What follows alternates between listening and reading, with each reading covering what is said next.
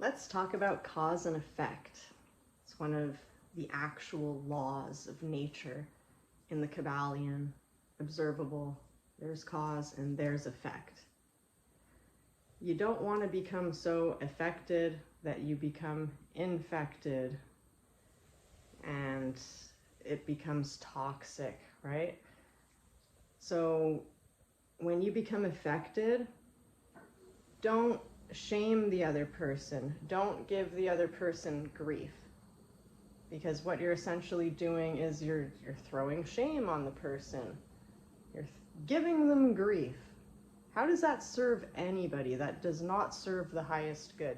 Even if it's especially if it's your children, don't shame anybody. Don't shame a cat, don't shame a Danica, don't shame an Aquarian, don't shame your children, don't shame anybody. And I'm not shaming you if you shame somebody, because it's all lessons. It's all a symbiotic learning experience, this life, this infolding and outfolding.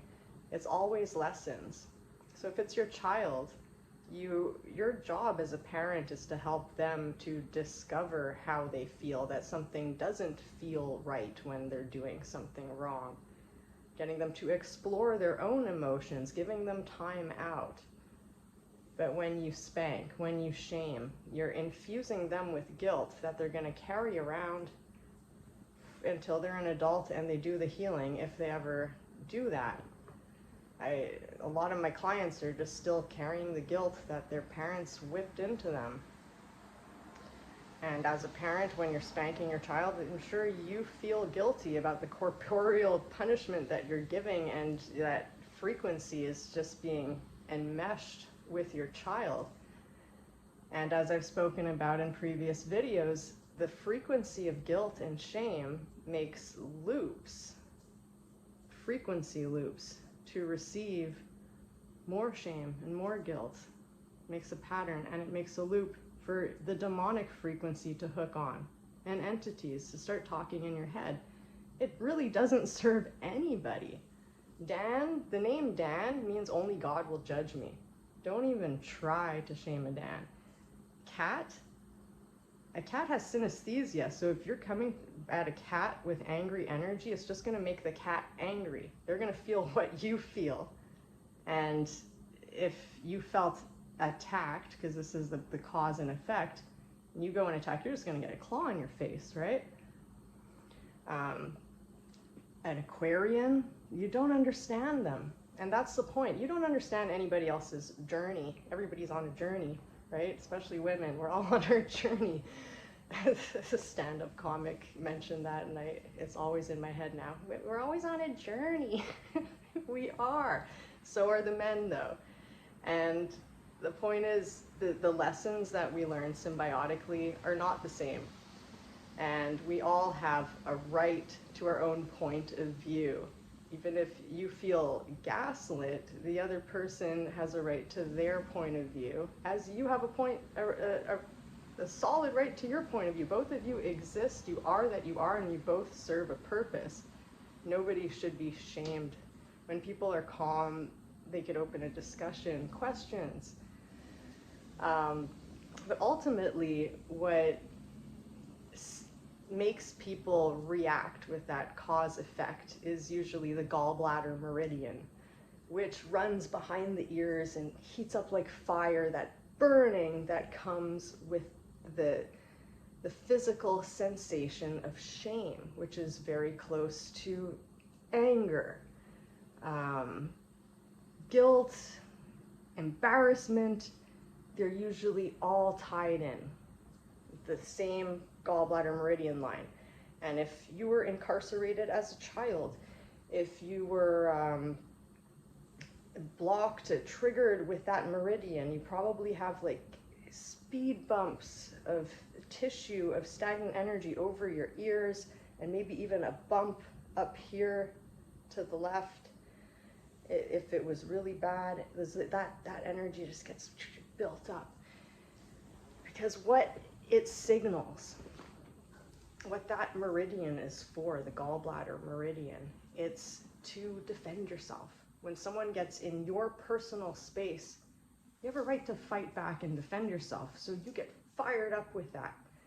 The thing is, most of us are not being attacked physically, and that gets fired up and triggered from maybe we were attacked physically as a child, right? Or shamed, or we have traumatic events, so little things can trigger those bigger things, which is another reason why you should never shame people. People are so hard on themselves. They're going to be way harder on themselves than you could ever be on them.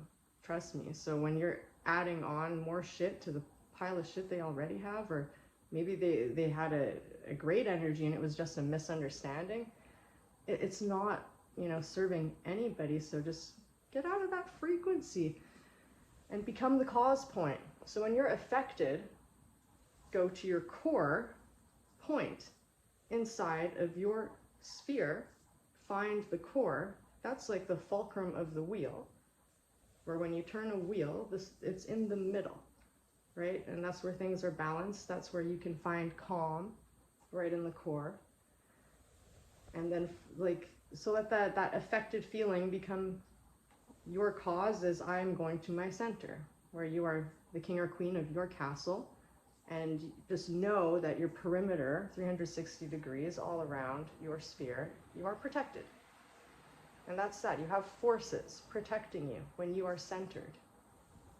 Now, nobody can disrespect you when you command respect.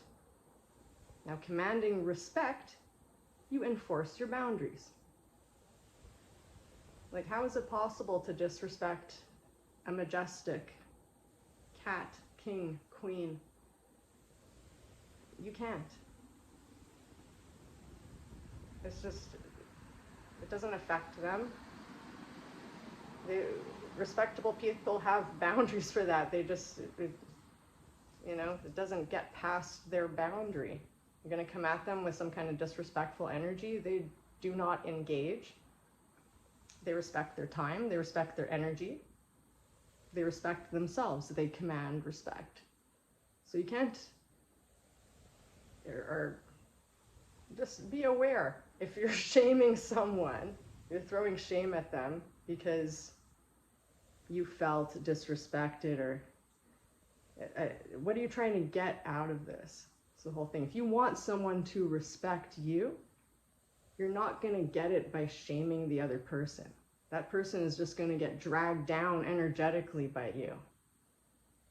And if that person wants your validation, maybe they'll hang around. But that's not the same thing as respect. Leaders lead by example. They don't tell other people what to do. They guide them, give them tools. But your comportement, the way that you behave, says everything about you and nothing about the other person. And that's fine. Not everybody is meant to please everybody else. People are going to get on each other's nerves. And that just points out where your triggers are. So you can learn from that. So you can learn how to rise to the challenge to master your own emotions, respect yourself, and love the crap out of yourself, and be gentle with yourself, so you can love others better and be gentle with other people better as well.